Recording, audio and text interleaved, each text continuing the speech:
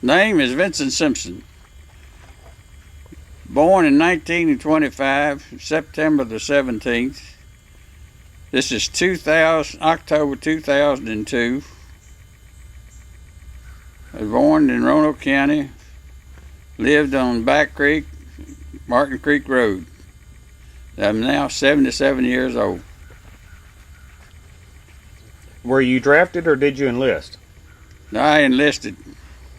I wanted to pick the service I wanted to go into. Why did you join? Because I wanted the service. I thought the Marine Corps was the best branch of service. Do you recall your first days in the service? Oh, sure. Pretty rough first few days. Go down to the latrine, the bathhouse, and scrub a latrine with a toothbrush. Let you know who was boss. Discipline. Do you remember your instructors? Sure. Good instructors. Pretty smart people. And how'd you get through it? Come out in good shape. I'm a country boy. I'm from a farm. And which wars did you serve in? World War II, from 1943 to January of 1946. And were you in Korea? The Korean War? No, I wasn't in Korea. Where exactly did you go? Well, went to Camp Lejeune, North Carolina, basic training, then went to New River, North Carolina for Fleet Marine Force training, and then went through Panama, and then on to Hawaiian Islands. From Hawaiian Islands we loaded ships. Preparation for the Marianas Islands operations. Then we went to Marshall Islands for rendezvous to set up preparations for the Marianas on Saipan and Titian. Then we went on to Saipan, invasion of Saipan. After we finished the invasion of Saipan, we went over to to Titian, which is about a couple miles away from Saipan. Secured that island, went back to Saipan for our home base. Stayed there until operation for Iwo Jima came up. Then we went to Iwo Jima floating reserve for one of the other divisions, either the 3rd or the 5th Division, the Marine Corps.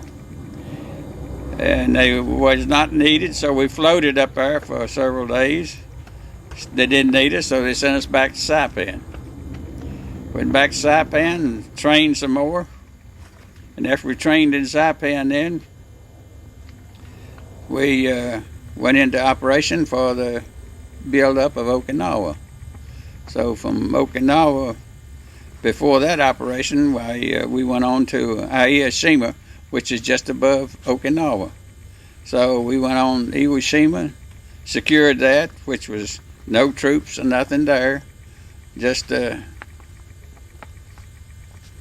National Guard and home fort, or whatever you want to call them, home defense. Yeah, home defense is there. So then we went from there. Then we went back to Okinawa, and Okinawa on in, we went as the first regiment to secure the island over to cross we were the only regiment out of the 2nd Division that went in on Okinawa. If you don't believe what I'm telling you, read the book on the 2nd Marine Division. It gives our outfit, follows it right on through. Do you remember arriving and what it was like?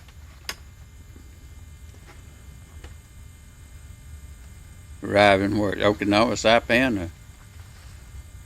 Either one's fine.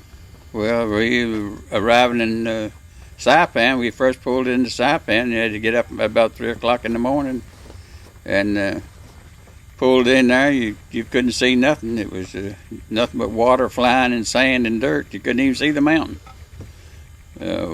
We hit the Amtrak's about 4 or 4:30 in the morning and rendezvoused at about 6, which was heading towards the beach, the first wave. And if your Amtrak got hit in the water, that's where you sat. You think, well, how in the world can a man survive? Look back and say, they can't kill them all. What was your job assignment? My job was a BA Armor. That's automatic rifleman, which was an automatic rifle that could outshoot the machine gun. Were there many casualties in your unit? Well, I don't know exactly how many casualties, but we've heavy loss in our outfit. And then you got replacements in a few days after you were there. Try to keep your outfit up to full strength. Can you tell me a couple of your most memorable experiences? Well, on Saipan it was pretty rough anywhere you went.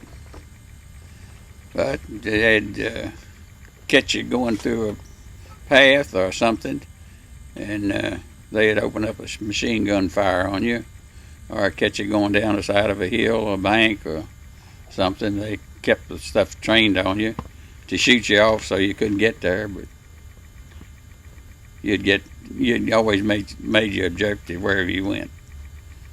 Were you awarded any medals or citation? Nothing but the Presidential Unit Citation, which was awarded to the whole division. Other than that, you just got your own stars, battle stars, and Asiatic Pacific and stuff. No medals or nothing. And how did you stay in touch with the rest of your family? By mail, you'd write letters, but you didn't receive all your mail at one time. Sometimes you'd receive mail every day, and then other days it would be weeks before you would receive mail from home. You know, one time we were on Titian, I got 36 letters, which was 36 days that my sister had wrote me. Mother would write me about every week, and my sister, Cornelia, would write me every day of the week. No matter what it was or what, she'd write me. So I always knew I had mail. And I was the only one that I remembered that got mail every day, because I had a sister that would write me every day of the week. What was the food like? Well, it was all right. You had rations. You were rationed the whole time you were over there. That's all you had was rations. There's no such stuff as having fresh food or fresh vegetables or anything like that. It's just all ration stuff. What were the rations made of? Well, a lot of it was like chocolate bars. A chocolate bar was, when you first went in, had 3 sections to it. It was supposed to be for 3 meals. It was supposed to last you for a day. You eat one little square block. That was supposed to be your breakfast. One little square block for your dinner. One for your supper. That was supposed to last you for 2 or 3 days. So that way, that's the only rations you had. That's the only ones you carried on the first wave in. But later on, then you had what's called the K rations, and then you had the C rations. The C rations would feed about 10 people, and the K ration wouldn't feed, but have a little box of some kind of canned food in it, and then a little box of crackers in it. But it was all sealed in a box with wax over it so that the water couldn't leak in or get your crackers or anything wet. So it was all sealed in wax. Did you have plenty of supplies? Well, I didn't know of ever running out of supplies. There's always had plenty of rations. If you liked rations, that's all you had to eat. The water wasn't too good. You had to drink it. But that's the best you could get. Now, do you feel any pressure or stress from your time you spent in the Marines? No, I don't feel nothing from that. I just had to live in the foxholes and feel sometimes half full of water or full of water. And was there something special you did for good luck? there need no good luck. Everybody prayed to God before you went in on the invasion. I never yet ever seen anybody that didn't go when they'd have the Catholics had mass on board ship and the Protestants had service on board ship before you would go to operation in the morning. And I never seen anybody, I don't care who he was or where he was from, that didn't go to either the Mass or the religious Protestant service every morning. Now, how did the soldiers entertain themselves? Well, most of the time we were training or kept exercising. On board ship, you would exercise every morning. You had to exercise to keep your strength and your muscles and everything built up and stay in shape. You just didn't get on there and lay around. They had something that had to keep you going all the time. But when you was in your free time on your own, you'd sit around and play poker. Of course, we didn't have no money. Money didn't mean nothing to us, but you'd play poker with chips, and shoot crap, tell tales,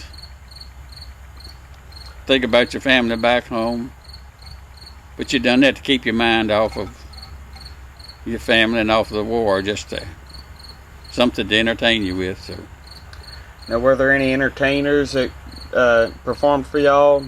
USO? Oh yeah, USO shows. We had USO shows on Saipan. We had USO shows in Titian. Do you remember any of the entertainers that? Oh yeah, Ridley Hayter and Hayward and what's his name? Bob Hope was there. Betty Hutton. I don't know, several others. And what did you do when you were on leave?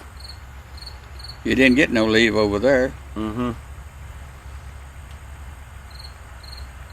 All that leave built up while you was over there.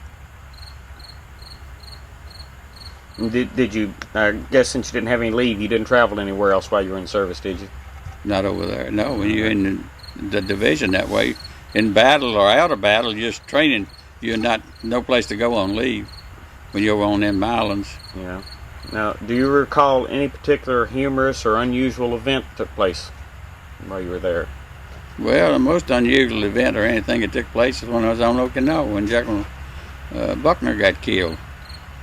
That was the most. He wasn't more than, I don't reckon, 200 yards on the hill right above us. He was going to watch us go through that valley that morning, and we were waiting for the bombardment to let up so that we could take the valley. And I don't know, 10 or 11 o'clock that morning while the knee mortar came in, hit right in there where he was with our officers, the 8th Marine Regiment, and it killed him right there. So. Good stuff.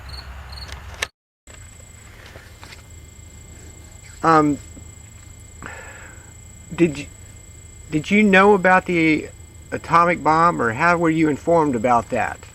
And where were you at when you were informed about it? I was on Saipan. We were training then for the invasion of Japan, which was to come off the last of September or the 1st of October in 1945. So then they dropped 2 bombs. So they didn't surrender. They put another one off a few days later at Nagasaki. And then it came off of the island right across from us. We knew they had 2 going off, so we really felt good that they would surrender.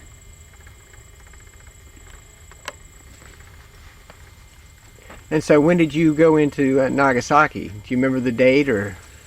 It was along about the 8th of September, right after the signing aboard the USS Missouri of the surrender. And describe what it looked like to go in the harbor and to see. There wasn't nothing over on Nagasaki side.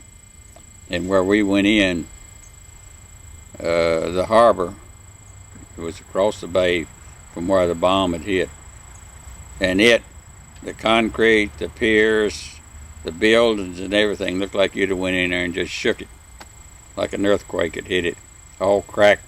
The buildings were ready to fall and everything. The concussion and everything was what done all the damage there.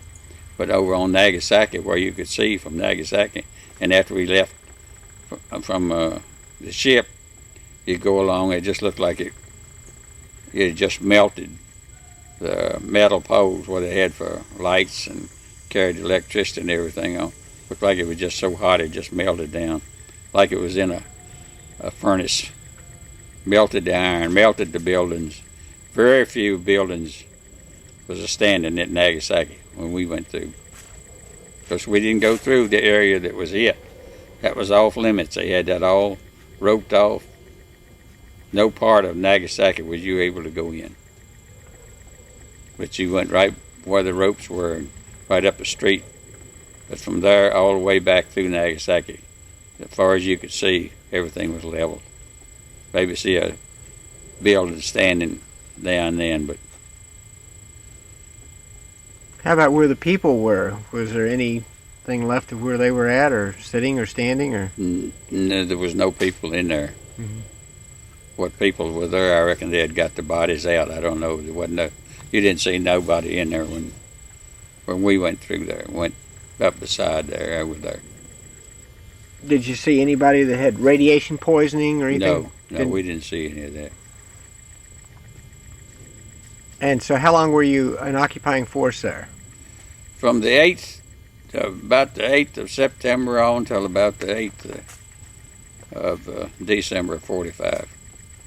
What was the reaction from the people that lived there when the Marines came on and everything to be the occupying force? What was some of the first jobs that you guys had to do?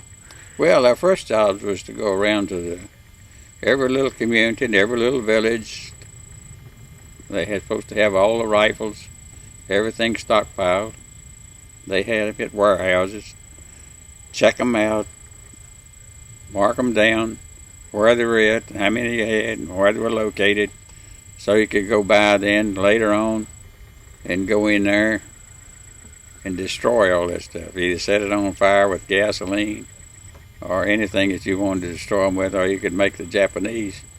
Sometimes you'd take them, give them sledgehammers, go down there and tear them rifles up, post the barrel on them, bend them up so they could not be used.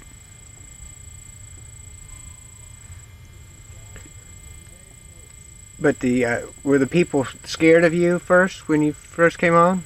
Well, they were, because they thought that we were going to torture them and misbehave with them and all like that. But after they got to know you, they were good to you.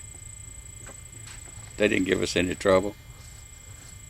They knew they couldn't because they were outnumbered.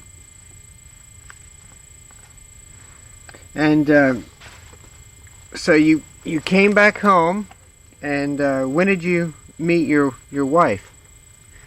And how did you meet her? I met her, Lester Keffer from Craig County, Virginia, in March of 46.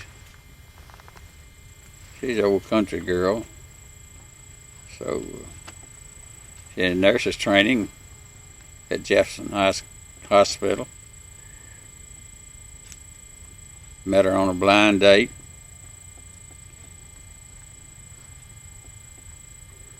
So I've been with her about 55 years. I reckon I'll tell a story right there.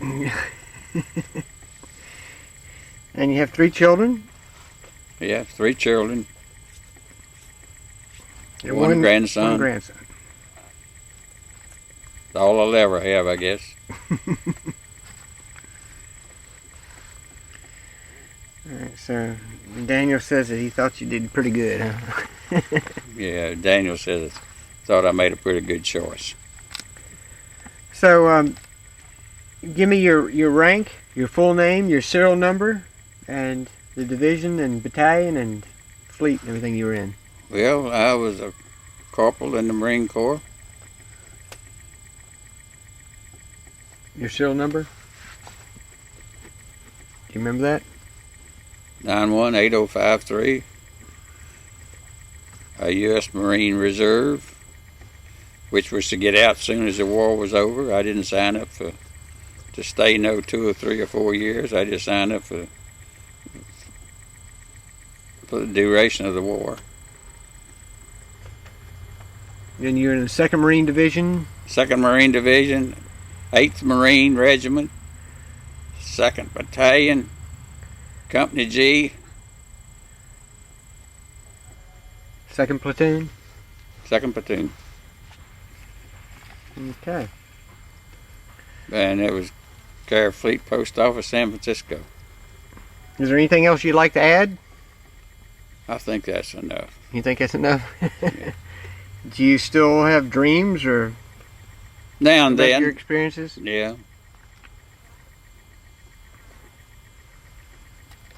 All right.